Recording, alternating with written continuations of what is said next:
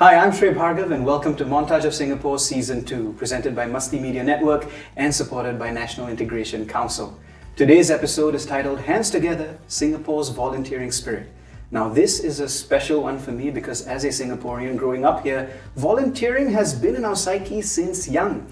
Back in school I had a program called Community Involvement Program where we had to get a certain hours of volunteering in order to pass. And some of us would do it sincerely, others just to get the hours. But at the end of the day, the memories we forged were really pivotal and iconic. So it makes me think, can we extend this volunteerism to beyond the schooling years, and could that lead to national integration? Today I have an expert set of panelists who are volunteering and giving back to the community in a diverse set of ways. Have a look. My first guest is Ms. Preeti Dubey, who's been involved in an array of impactful projects, from financial literacy to girl empowerment. She's also an active council member of the Muslim Kidney Action Association and the immediate past president of the Rotary Club of Singapore Heartlands.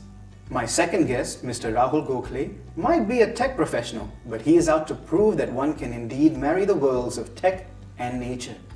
He started volunteering as a docent with Mandai Group and today is a wildlife rescue volunteer with Acres. So on weekends you might catch him in an Acres van rescuing all sorts of birds, pythons and even cobras. My third guest, Mr. Shailesh Venkatesh, has extensive experience in introducing others to inner peace through mindfulness techniques and meditation as a volunteer at the Art of Living. He maintains a record of teaching 12 programs every year for the last 14 years. And last but not least, my final guest, Mr. Desmond Tan, is the CCMC Chair of Queenstown CC, and he was awarded the Public Service Medal by the President of Singapore in 2020. He has worn many hats: volunteer police, ICA ambassador, and some of you may even recognize him as the solemnizer in your or your friends' weddings. And with that, let's go meet the panel. So I have my wonderful panelists here with me. All of you look great. Thank you so much for being here. Thank you. Thank you for having us. It's a pleasure. So volunteering. Let's just begin first with, was there ever a moment in your lives where you felt, this is something I want to do, let me start volunteering? Has it ever happened for you? Rahul, perhaps? Sure. So I'm a volunteer with Acres, which is a non-profit focusing on animal welfare. In my case, I was actually on the other end of the Acres hotline when my kids found a baby bird and didn't know what bird it was and if it was injured or not. So we actually called Acres and we got some really great advice. And that's when I first heard about Acres and found out that you could actually be a volunteer without being on the staff full time. And that's how my journey started. And it's been 2+ years and it's been really amazing. That's incredible. So what was it like for you? Did they find the bird in your home? Or? We found it in our condo and we didn't know what bird it was. It happened to be a Javan munia. I have no idea what that is. It's the first time I heard about it too. And then they gave us some great advice. They told us what to do with it, how to release it. And since then, it's been 2 years and I've rescued all kinds of birds, reptiles, mammals. And my kids think I'm part of some Paw Patrol thing where I go out in my van every morning rescuing animals. So you're the hero. Yeah. There you go. Wonderful. Yeah. What about the rest of you? Any specific moment in your life where you felt this is what I should do? Yeah, so this is about 18 years ago. I'm sitting and watching TV in my house. I'm a banker leading a pretty busy life, a little bit stressed out at work. And then as I'm watching TV, there's a knock on my door. And then I open the door, there's this elderly gentleman standing there, Mr. Chauhan. He is my neighbor in Bombay where I was living at that point in time. And he comes to me and he tells me, tomorrow morning, I'm going for this, breathwork class. Would you like to join me? Wow. And I was just curious to figure out what it is and, what it might bring me. So I actually joined him. Later I realized, and I keep joking about this, he probably didn't want to take a taxi to where he was going every day and he wanted a driver in me. And so I took him to the program every day and I participated in it as well, right? And then I felt enthralled by what I experienced. And that to me, today when I reflect back, was Mr. Chauhan being a volunteer. He was a good Samaritan. What is a volunteer? A volunteer is just a good Samaritan who goes around and tries to do a good deed to someone else without expecting anything back in return. And from that day on, I have always been trying to help people figure out how they can find some inner peace in themselves. So that is what volunteering means to me. It's the act of doing something without wanting anything back in return. And that's how I got introduced to it by Mr. Chauhan, and I have been doing that ever since. That's beautiful. And it doesn't even matter whether Mr. Chauhan needed that, right? At the end of the day, he was that gateway for you, right? So we don't know what roles we may play as volunteers in others' lives. Yeah. So that's incredible. But the best thing I found was the definition that he gave for volunteering, and that's something that resonates with me so much. Giving back without expecting anything in return, and that is something that I feel has always been a part of my journey. And probably because my family has been like 4 generations in the army, from my grandfather, father, brother and son. Wow. So giving back is something that's deeply ingrained. So even before I came to Singapore, I remember I was going to take a sabbatical. And I thought, what am I going to do? How do I integrate with Singaporeans, new place? So I called an organization. It was an Indian Women's Association. And I asked them, can I volunteer? Can I do something? And that's how my volunteering journey in Singapore began. Brilliant. And there have been many more opportunities after that. You're so right. Volunteering can be that first step into a new community. Absolutely. And it's beautiful to hear that Yeah. that's what it was for you. Yeah. So, Mr. Desmond, how about for yourself? I mean, you've achieved so much. When was the first time you felt this is what I'm going to do, volunteer? In fact, before I started volunteering, I always think that Singapore is such a beautiful place without any issue or any problem with anyone. Till one former MP, the late Tiong Eng Siong, the Sembawang, first MP for Sembawang, talked to me. He was a friend of mine, and he says that, well, Desmond, now that you are 34 years old, since you live in Queenstown, are you able to help out and be a volunteer in the community? I said, well, why do you need me? He said, oh, you didn't know. You should come and experience it yourself. And that's how I got into it, and that was lasted me for the last 22 or 23 years. Thank you for that. That's very interesting, because so we have stories here where an experience happened to you and you felt, okay, I want to do this. Or in your case, it was, I want to integrate into the community. What opportunities are there for me to give back? That's right. And then you have, with Shailash and Desmond, people coming to you and saying, hey, here's something I might need your help with, or it's something new, do you want to try?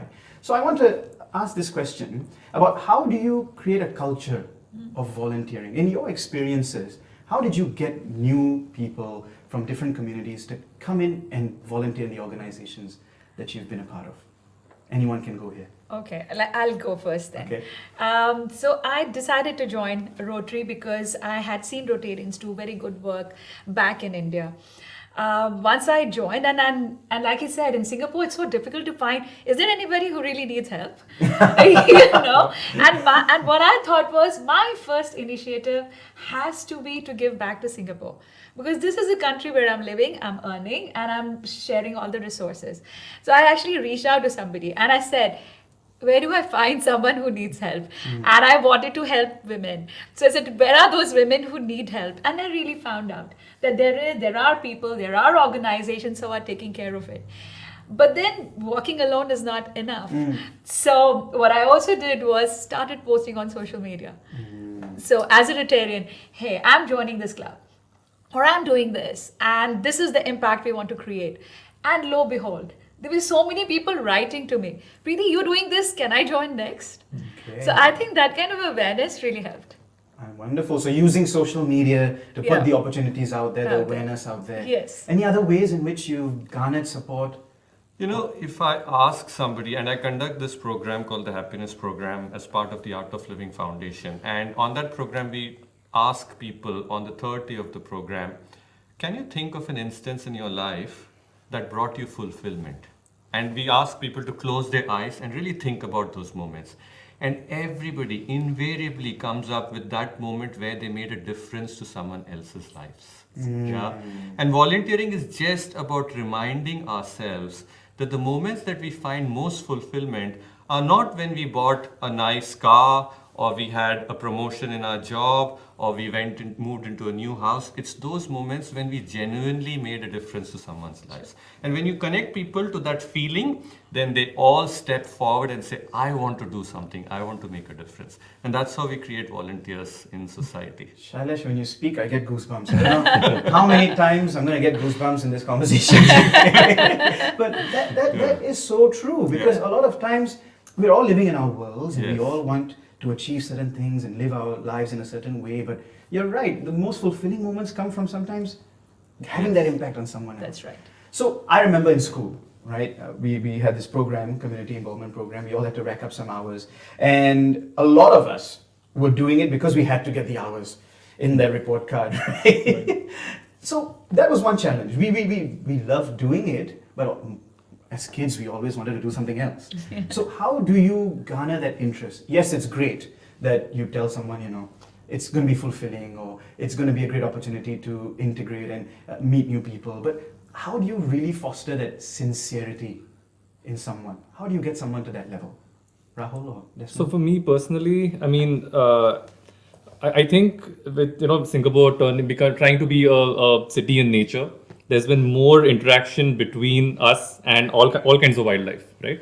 So I think the goal for me and for Acres has been to preach coexistence, and how do you reduce that conflict between us and animals. And I think that's a very universal sort of feeling of caring for other creatures, or empathy, EQ. And I think those cut across all cultural barriers and so on. So if you know that you are actively helping another creature that needs help, it's easy to, not easy, but it calls to a person's heart, and it's easier for them to support you. And we have volunteers, of course, but we also rely a lot on members of the public who help us and show a lot of empathy for animals, right? Whether it's bringing animals to us, whether it's staying with the animal until we get there, and so on. So it really warms your heart when you see people not volunteering specifically, but supporting you as you care for the animal. Yeah, that's so true. Yeah, but as for me, I think I would like to recall one event that I did with the community. We call it Back to School. So it touches my heart. So I actually got some of my friends to come to help me raise funds and then buy the shoes and the school bags and uniform for the needy families. And when they came to the CC to receive the gift, some even tears out, that you all still remember, we need all this. So those friends, like what he said, I actually shared with my friends and tried to convince them to come in and help together. And that experience actually touches their hearts too. Yeah. And they feel that, this is something great, giving back, like what she said, giving back. Yeah.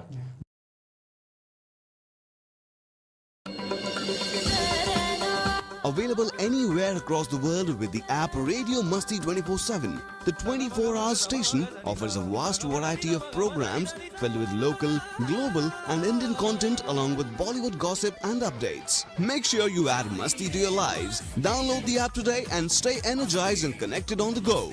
Radio Masti 24/7 Live, Singapore's only Bollywood radio since 2009.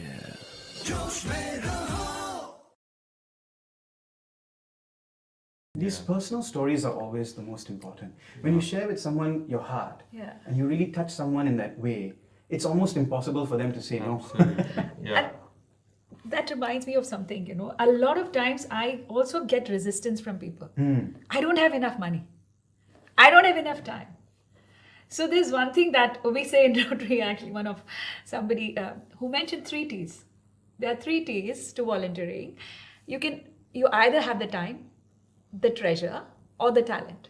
If you have any of these 3 T's, you can volunteer and give. So for all of us, we may have a little bit time, a little bit money and it's a very subjective thing, how much money is enough. But then talent, how about that? And that's how our financial literacy happened. And a lot of mine, because those are different ways of incentivizing people. Yeah. And when they experience, oh, through my talent, I've uplifted this person's life from here to here, or just this much money, really, and it becomes creates such a big impact. And the first feeling is good enough. That touches the heart. And once touched the heart, it does the job. I love that. 3 T's. And Yeah. giving someone the opportunity to feel, hey, you have something special to True give. that. Absolutely. So I've heard this quote that the talent that you have is not for you, is for you to give to others. Absolutely. And when you remember that, then you really want to sort of go out and do something about it. And I work for DBS, and we have this, and that's great about Singapore. Everywhere, in every aspect of Singapore, there's some opportunity for us to give our time beyond what we are expected to do in our job. So we have this movement within DBS called POP, People of Purpose. Yeah. And every year, we are all encouraged to give a certain number of hours to doing something which is outside of our daily work Really? routine. Yeah, so, and every year, people in DBS have been stacking up more and more and more hours. And it sort of goes into your sort of performance appraisal as well, in terms of how many hours you're giving away to do something But which they're is doing beyond, it from the heart. from a heart. That's right. Lovely. Yeah. Okay. So moving on from this, now I want us to dive a little bit deeper. In your organizations, do you observe certain communities to be more represented than others? So do you see a certain, more people from a certain perhaps ethnic group or social economic group that are volunteering more than others or not? Just some observations. And then maybe we can talk a little bit about why perhaps that's the case and how perhaps we can maybe make it a more inclusive environment. What do you think? Any immediate thoughts, observations? According to me, none actually. There's no real Yeah. one community doing more than the other, because at the core of every human being is the same human values, right? Lovely. And there's this research about happiness, which I don't know if people have heard about this term called PERMA, which is positive emotions, engagement, relationship, meaning, and achievement. And Wow. all of these things can be achieved through the act of volunteering, because when you have a positive emotion, you give away to someone else. You engage with people. You can't volunteer without engagement. You build great relationships every time you go and volunteer. Yeah. You find meaning out of what you're doing, and then you find a sense of achievement. And I think at the heart of everybody is this feeling of joy or happiness. And I think I have seen in my interaction in the art of living, the person who's this pillar of the art of living here in Singapore is this Chinese lady who has been doing this now for over 35 years, regularly without, and she's a very successful real estate agent. The chairman of the board is a private equity guy. The CEO or the lead for this country is a life coach and an executive coach. So people from all different backgrounds come together. So I don't really think it's about one community. It's about just touching a heart with, with someone. Do you all have the same observation that you don't particularly see a certain community being overrepresented or underrepresented? Yeah, I'd probably echo what Shailesh said. I mean, even for Acres, for example, we have such a diverse pool of volunteers and staff, and even the people we interact with, it's all ages, all races, all cultural backgrounds. So I think what connects you is really that empathy for animals in help, and that cuts across all backgrounds and races. That's really heartwarming to hear. But that's when you work at the grassroots level, do you notice a similar pattern or something different? Yeah, I can say that mostly the volunteers serve with their hearts. Yeah, and I like to particularly mention about this Indian lady called Mrs. Gopa. She lives in Woodlands, and she will take a bus or MRT down to Queenstown, and then she will go around the neighborhood to visit all the needy Indians families. And she will come back to us and tell us that, these are the families that need help. Can you all raise some funds or do certain projects that benefit them? That's very sweet. Now, you mentioned mostly, and I got thinking, because I've heard of people volunteering in grassroots organizations, sometimes to accelerate the PR process. Has that ever happened? Yeah, we cannot stop this thing, and we wouldn't know that they came in for what intentions. Some even came in to serve for 3 years, so that they can get priority for schools for their children. That's not right. Yeah, we can't stop them, and we will not know what is their intention for joining. So what would a solution be from your perspective to kind of change that attitude Is there something we can do? It is while they serve within that few years, we try to convert them. And after serving for a while, they really, feel that this events is so meaningful, touches their heart, and they continue even after they achieve what they want to achieve. Right. Yes. So we may come in with a selfish intention, Yes. but more often than not, the love will win. Yes, That's you are right. right. Mr. Desmond, also, I've gotten this feedback from some of our audience as well. There seems to be a struggle to understand between foreign and local. So with foreign community and the local community in Singapore, when it comes to volunteering or attending grassroots events, some may feel, hey, foreigners are not really included as much. But then sometimes locals may feel there are too many foreigners at our events. How do you manage something like that? Yeah, I think PA is very mindful of that too. So when we organize an event, we sometimes issue invitation tickets, and we are ensuring that it is equally distributed, like maybe 60% for the local and then 40% for the foreigners, so that we can integrate them into our events. And this is how we try our best to make sure that both can gel together and bond together. That's great to hear. Now, it's definitely not easy to do, and there will always be some resistance on this side, some resistance on that side. So focusing down on the micro level as individuals. Now, quick brief question. How long have you all been in Singapore? 12 years? 10 for me. 13. So there was a time when you came first as a new, foreign person in Singapore. Is there something you could have done differently, or are there tips for foreigners coming into Singapore to integrate better into the community? Perhaps through volunteering or?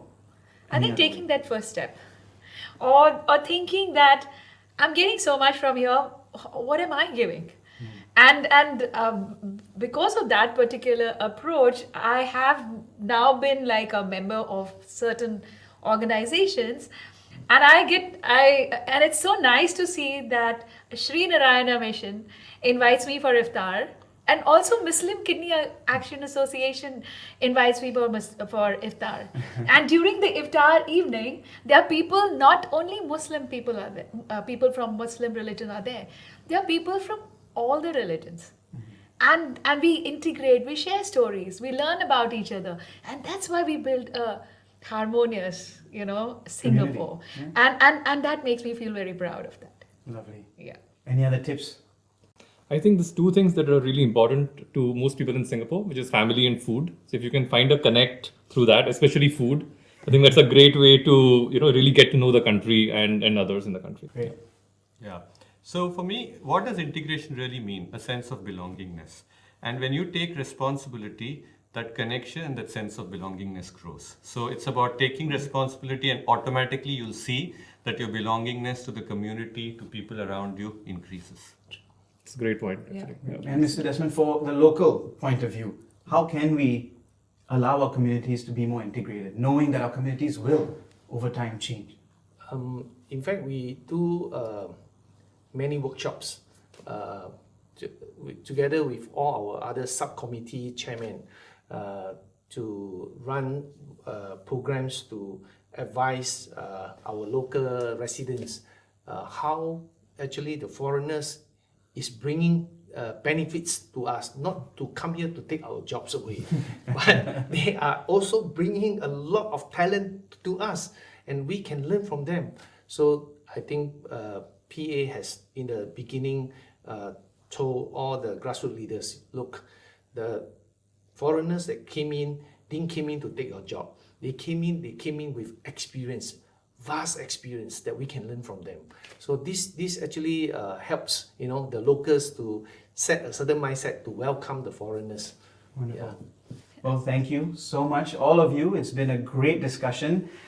We've really dived deep into what is at the core of volunteering, giving to someone else without the expectation of return, whether you're a foreigner, whether you're a local. And I think it really plays an important role in creating this sense of national integration. So thank you for sharing your time with us. Now, before we leave, we've got something special for you. First, we've got a wonderful photo frame. This is not exactly it, okay? Wow. Nice. We've got a better one. It's going to be a Singapore skyline shot beautifully by 9 studios, framed up for each of you. And we also have this special gift. Look at this beautiful bear. Wow. This is from a multi-award winning Singapore-based company, Haldi. They have created the world's first sugar-free turmeric mints. They come in many different flavors, and you'll never have to taste the haldi, nor ever stain your teeth. Oh, wow. How beautiful is that? So Haldi has prepared this special gift just for you. Thank you. Thank you. We'll be Thank getting you that very as much. well. So thank you once again for being here. It's been a pleasure.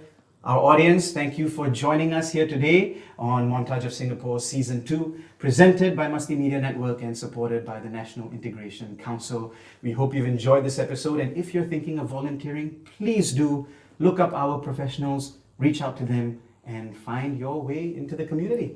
Thank you and see you soon. Whoa, whoa, whoa, where are you going? It's not over yet. At the end of every episode, we celebrate cultural diversity in the art and performance space. And today we have Nurina, who's a Malay student from Republic Poly, and she didn't have any musical background, but picked up Chinese percussion at the Chinese Ensemble CCA. So, let's have a look.